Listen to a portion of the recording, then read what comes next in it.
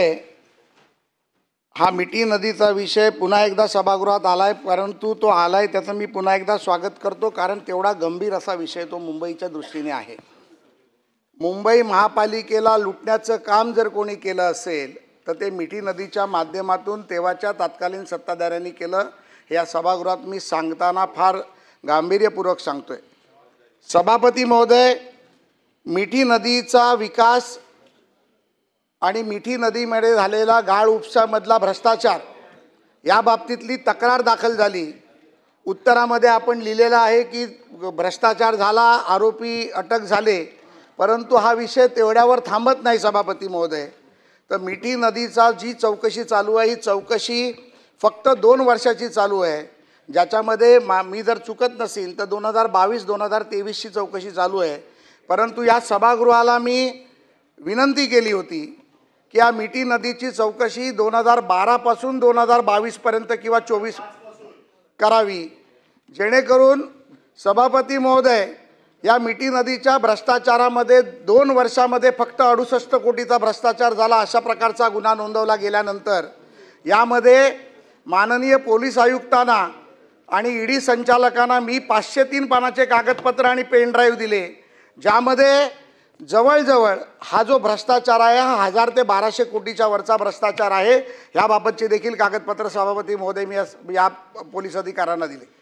सभापती महोदय, ह्या संपूर्ण मिठी नदीच्या भ्रष्टाचारामध्ये आपल्याला मी प्रश्नावर येतो परब साहेब, घाई नाही आपल्याला त्याच्यामध्ये। सभापती महोदय, मिठी नदीला प्रत्येक वर्षी आम्ही कंत्राट काढतो 250 ते 300 कोटी रुपयाचं, आणि ज्यामध्ये आम्ही गाळ काढलेला दाखवतो 2 लाख मेट्रिक टनचा, 2.25 लाख मेट्रिक टनचा, आणि त्यामध्ये ॲक्च्युली गाळ काढला जातो 1 लाख मेट्रिक टनहून कमी, हे तुम्ही उत्तरात दिलेलं आहे। सभापती महोदय, आतापर्यंत जर 10 वर्षामध्ये जर 2 लाख मेट्रिक टन जर गाळ काढला असेल तर तो जवळजवळ 20 लाख मेट्रिक टन गाळ होतो। मला वाटतं की आपण एक नवीन मुंबई उभी करू शकलो असतो, एवढा गाळ काढला हे यामध्ये दाखवलं गेलं आहे।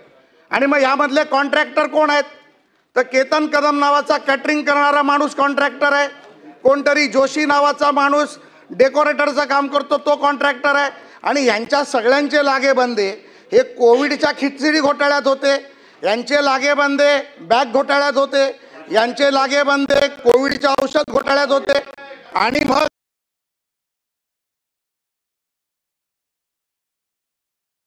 सभापती महोदय हे अशा प्रकारे हा गाळ जो काढलेला दाखवला, ज्या ठिकाणी गाळ टाकलेली जागा दाखवली ती जागाच मुळे अस्तित्वात नाहीये। प्रश्न विचारा सभापती महोदय, मला या प्रश्नाबद्दल बोलू द्या। सभागृहाच्या माध्यमातून राज्याला, मुंबईला कसं लुटलंय हे कळू दे सभापती महोदय। नुसता प्रश्न विचारून मुंबईला कसं लुटलंय कळणार नाही। सभापती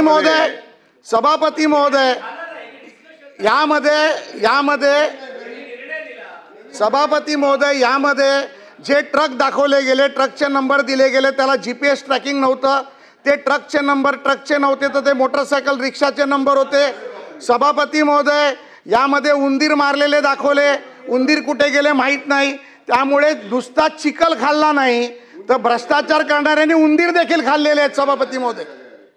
त्यामुळे यांच्या पोटामध्ये उंदीर चिखल काय काय गेलंय याची देखील चौकशी झाली पाहिजे। सभापती महोदय, परवाच्या दिवशी सन्माननीय कोर्टाने अँटिसिपेटरी बेल रिजेक्ट केला, ह्या शब्दावर केला अँटिसिपेटरी बेल रिजेक्ट, हे प्रकरण अतिशय गंभीर आहे। सभापती महोदय, यामध्ये मला या सगळ्या गोष्टीचा सारासार आपण प्रश्न विचारल्यानंतर माननीय मंत्री महोदयांना एकच विचारायचं आहे। यामध्ये 164 ची देखील एका व्यक्तीने स्टेटमेंट दिलेली आहे, ज्याला आपण अप्रूव्हल म्हणतो, त्यांनी ती स्टेटमेंट दिली आहे। यामध्ये अनेक काही नावं आहेत, एक फिल्मस्टारचं नाव आलं आहे, फिल्मस्टारच्या भावाचं नाव आलं आहे, काय दिनो मोरिया आणि कोणतरी मोरिया, ज्याची पिक्चर आम्ही कधी पाहिले नाहीत, त्याच्या मागे कोण आहेत इथपर्यंत सरकार पोचणार आहे का? यामध्ये ज्या पद्धतीमध्ये शासनाला जो अहवाल दिला गेला आहे त्या अहवालाची DCPच्या माध्यमातून चौकशी SITची चालू आहे, त्या चौकशीबद्दल आणि पुढे काय झालं याबद्दल तुम्ही सभागृहाला अवगत करणार का? माननीय मंत्री महोदय। सभापती महोदय, सन्माननीय सदस्य प्रसाद लाड साहेबांनी मिठी नदीच्या संदर्भामधला या ठिकाणी प्रश्न उपस्थित केला आहे आणि मिठी नदीच्या संदर्भामध्ये जो प्रश्न उपस्थित केला आहे त्याच्यामध्ये मला असं वाटतं की 293 मध्ये देखील आपण उत्तर दिलं होतं, लक्षवेधीला देखील उत्तर दिलं होतं. पण याच्यामध्ये वस्तुस्थिती जी आहे ती देखील या प्रश्नाच्या निमित्तानं पुन्हा एकदा सगळ्या सभागृहाला कळली पाहिजे की सन्माननीय सदस्य प्रसाद लाड साहेबांनी सांगितले की फक्त हा तपास जो आहे तो 3 वर्षाचाच आहे. तर हा जो तपास आहे हा 3 वर्षाचा नाही, हा तपास 2012 पासूनच होणार आहे. परंतु मागच्या उत्तरामध्ये देखील मी असं सांगितलं होतं की 3 वर्षामध्ये या सगळ्या गाळाच्या संदर्भामध्ये जो SITनं तपास केलेला आहे त्या 3 वर्षामध्ये त्यांना 3,44,000 हे फोटो तपासावे लागले आणि 3,44,000 जे फोटो तपासले त्या फोटोमध्ये फक्त डंपर दिसलेले आहेत, डंपरमध्ये गाळ दिसलेला नाही. याची सुरुवात कुठं झाली, याच्यामध्ये राजकारणामध्ये न जाता याची सुरुवात कुठं झाली की 2012ला एक निर्णय महानगरपालिकेनं केला की मिठी नदीचा जो गाळ आहे हा डम्पिंग ग्राउंडवर न टाकता हा जे कॉन्ट्रॅक्टर जे कन्सल्टंट हे टेंडर घेणार आहेत त्यांनी प्रायव्हेट जागामध्ये टाकावा, हे याचं मूळ स्वरूप आहे. हा जर ठराव झाला नसता किंवा हा जर निर्णय झाला नसता तर डम्पिंग ग्राउंडमध्ये जसं 1930 सालापासून देवनारमध्ये किती कचरा टाकलेला आहे याचं कॅल्क्युलेशन आजही होऊ शकतं, तशा पद्धतीचं या गाळाचं देखील कॅल्क्युलेशन होऊ शकलं असतं. परंतु गाळ कुठं टाकला आहे हे देखील कोणाला कळलं नाही. आणि याच्यामध्ये आता 3 वर्षाचा जो FIR दाखल झाला आहे त्याच्यामध्ये काय म्हटलं आहे तर काही टेंडर जी आहेत ही गाळ काढायला दिल्यानंतर ही रिकॉल करण्यात आली आणि रिकॉल करण्यात आल्यानंतर त्यावेळेचा जो काय 2,000-3,000 जो काय रेट होता तो वाढवून त्याच्यामध्ये फरक करण्यात आला. त्याच्यामध्ये जो भ्रष्टाचार झाला आहे तो फक्त 18 कोटीचा एका वर्षामध्ये. त्याच्यानंतर ज्याचा उल्लेख मी आता केला की डम्पिंग ग्राउंडवर न टाकता प्रायव्हेट जागेमध्ये टाकावा अशा पद्धतीचा जो निर्णय झाला त्याच्यामध्ये 3 वर्षात गाळच टाकलेला आपल्याला दिसलेला नाही. त्याच्यामधला गाळातला भ्रष्टाचार जो आहे तो 45,50,47,105 रुपयाचा FIR मध्ये दाखल केलेला आहे आणि 3 कोटी रुपयाचा जो आपल्याला डिफरन्स दिसतो जो आपण 65 कोटी म्हणतो त्याची अजूनही तपास यंत्रणा सुरू आहे. परंतु FIR 65 कोटीवर फक्त 3 वर्षाचा झालेला आहे. 2012 पासून 2019 पर्यंत जर आपण बघितलं तर मधल्या 4-5 वर्षामध्ये संथ गतीनं गाळ काढण्यात आला. परंतु नंतर जो गाळ काढण्यात आला त्याचं देखील कॅल्क्युलेशन अजूनही SITला कळत नाही आहे. त्याच्यामुळं SITनं असं सांगितलं की आम्हाला जरा मुदत द्या, मुदतीनुसार जर आम्ही वाढीव मुदतीनुसार जर आम्ही तपास केला तर 2012च नाही ज्याचा उल्लेख परब साहेब तुम्ही या ठिकाणी केला 2006 पर्यंत देखील त्यांना जावं लागणार आहे. 2006 पासून देखील त्यांना तपास करावा लागणार आहे आणि नुसता गाळाचा तपास करून उपयोगाचा नाही तर त्यावेळी काही इन्फ्रास्ट्रक्चरची कामं देखील झाली 1500 कोटी रुपयाची आणि ती इन्फ्रास्ट्रक्चरची जी कामं झाली त्याच्यामध्ये देखील प्रायमा फेसी असं दिसतंय की काही ठिकाणी कामच झालेली नाहीत. त्याच्यामुळे सन्माननीय सदस्य प्रसाद लाड साहेबांनी जे विचारलं की हे कॉन्ट्रॅक्टर कोण होते त्याची पूर्ण यादी ही माझ्याकडे आहे. 2016 पासून आतापर्यंतचे सगळे जवळजवळ 51 कॉन्ट्रॅक्टर आहेत 2023 पर्यंत. आणि जर तुम्ही कॉन्ट्रॅक्टरच्या पुढे बघितलं लिहिलेलं तर नदीचा गाळ काढणे, नदीचा गाळ काढणे, नदीचा गाळ काढणे, म्हणजे असे कॉन्ट्रॅक्टर जर पुन्हा दिले तर पुढची 25 वर्ष देखील पुढच्या कॉलममध्ये हेच येणार आहे की नदीचा गाळ काढणे. तर नदीचा गाळ काढला हा किती काढला आहे ह्याला कुठेही कॅल्क्युलेशन SITला सापडलेलं नाही आणि म्हणूनच फार मोठी संभ्रमावस्था निर्माण झालेली आहे. प्रसाद लाड साहेबांनी आता सांगितलं कोण केतन कदम जो आहे तो अटकेमध्ये आहे, त्याच्याबरोबरचे 5-6 जे आरोपी होते त्यांनी अटकपूर्व जामिनासाठी अर्ज केला होता, तो देखील आता 2-4 दिवसामध्ये त्याची देखील तारीख आहे. परंतु एक जो केतन कदम होता ज्यानं जामिनीसाठी अर्ज केला होता तो देखील फेटाळलेला आहे. त्याच्यामुळे याच्यामध्ये जे कोण इन्व्हॉल्ड आहेत त्यांच्यापर्यंत आपण पोहोचणार आहोत. आणि लक्षवेधीला उत्तर देत असताना सन्माननीय सचिन भाऊ असतील, अनिल परब साहेब असतील, यांनी देखील सगळ्यांनी सांगितलेलं आहे की या भ्रष्टाचारामध्ये राजकारण आणण्यापेक्षा जे खरे कोण याच्यामध्ये आहेत त्यांच्यापर्यंत पोहोचणं हे SITचं काम आहे आणि तसे निर्देश SITला दिलेले आहेत. अनिल परब साहेब. माननीय मंत्री महोदयांनी उत्तर अतिशय सविस्तर दिलं आहे आणि त्यांनी सांगितलं की कुठलंही राजकारण न आणता याची चौकशी झाली पाहिजे आणि अतिशय बरोबर आहे त्यांचं की कुठलंही राजकारण न होता ह्याची चौकशी झाली पाहिजे. मिठी नदीचा प्रश्न सुरू कुठे झाला, ज्यावेळेला 2005ला अतिवृष्टी झाली मुंबईत. मिठी नदी हा नाला आहे तसं बघायला गेलं तर, पण 2005ला ज्यावेळेला अतिवृष्टी झाली आणि पूर्ण मुंबई शहरामध्ये ज्यावेळेला पाणी भरलं गेलं त्यावेळेला 2005 पासून मिठी नदीचं रुंदीकरण, मिठी नदीचं खोलीकरण या गोष्टी सुरू झाल्या आणि तेव्हापासून हे काम सुरू झालं. मिठी नदीचा गाळ कुठे गेला हे तर शोधायला पाहिजेच. कोणाकोणाच्या घशात गेला हे पण शोधायला पाहिजे. कोण कोण कॉन्ट्रॅक्टर होते हे पण शोधायला पाहिजे. कोण कोण स्टँडिंग कमिटीमध्ये होते ते पण शोधायला पाहिजे. स्टँडिंग कमिटीचा रेशो काय होता ते पण शोधायला पाहिजे. हे सगळं शोधायला पाहिजे. SIT जी केली आहे आपण, मी साधा प्रश्न आहे की आपण आता 3 वर्षाचं करताय. 3 वर्षाचं आत्ता जो काय आपण सांगितलं की 2000 आत्ता पहिलं 3 वर्षाचं करताय. हां, म्हणजे ठीक आहे. म्हणजे त्यावेळेला काय राजकीय आरोप करायची काय गरजच नाही, कारण त्या कालामध्ये प्रशासकच होता, म्हणजे प्रशासक होता. आता राहिला प्रश्न 2022 पासून ते 2005 पर्यंत याची चौकशी होणं गरजेचं आहे. मागच्या ही परत परत लक्षवेधी आणली जाते, म्हणजे त्या दिवशी लक्षवेधी आणली, उत्तर दिलं गेलं, अजून प्रसादचं समाधान झालं नाही. ते उंदीर कुठे गेलेत? ते उंदीर जोपर्यंत सापडत नाहीत तोपर्यंत ही चौकशी चालली पाहिजे.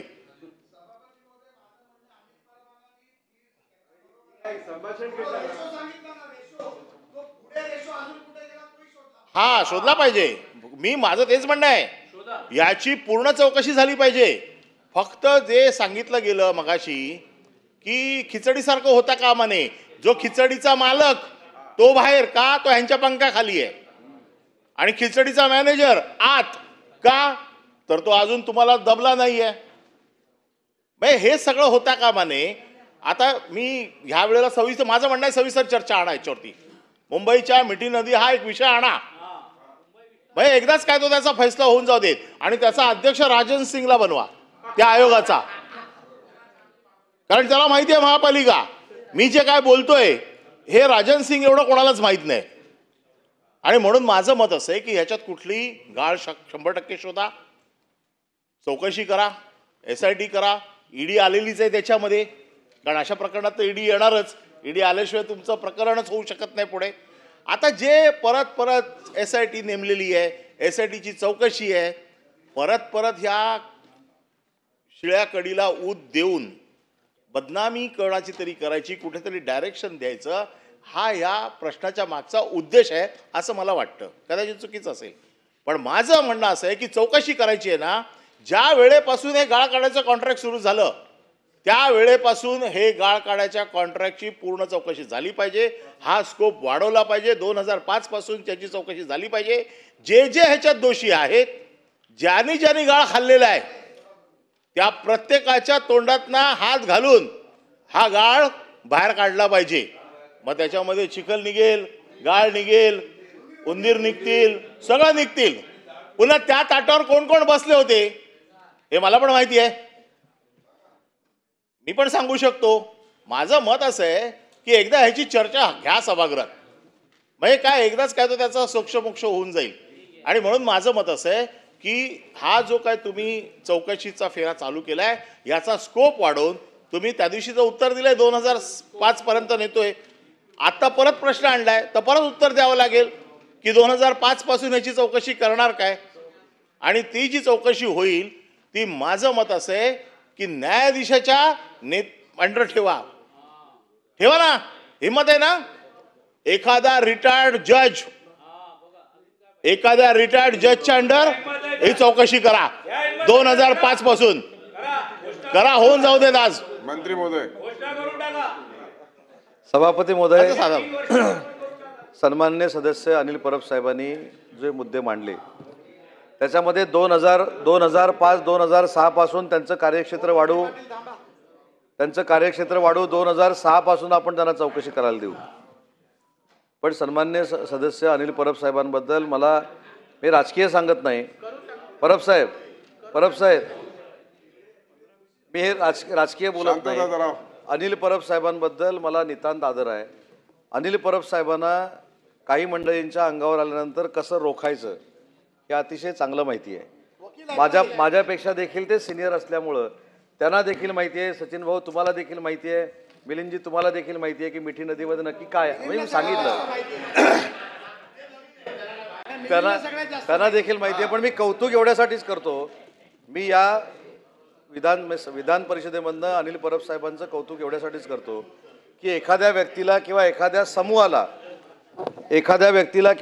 समूहाला कशा पद्धतीनं प्रोटेक्ट करायचं हे जर कोणाकडनं शिकायचं असेल तर त्याच्यामध्ये अनिल परब साहेबांचा हात कोणी धरू शकत नाही. त्याच्यामुळे 2006 पासून आपण अनिल परब साहेब चौकशी करूच, त्याच्याबद्दल काही प्रश्न नाही.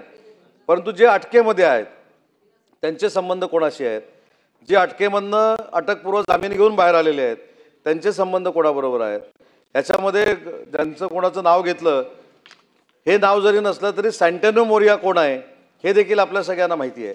त्याच्यामुळे माझं मत की 2006 पासून याची चौकशी झाली पाहिजे. हे परब साहेबांनी सांगितलेलं आहे, ते आपण चौकशी करूच.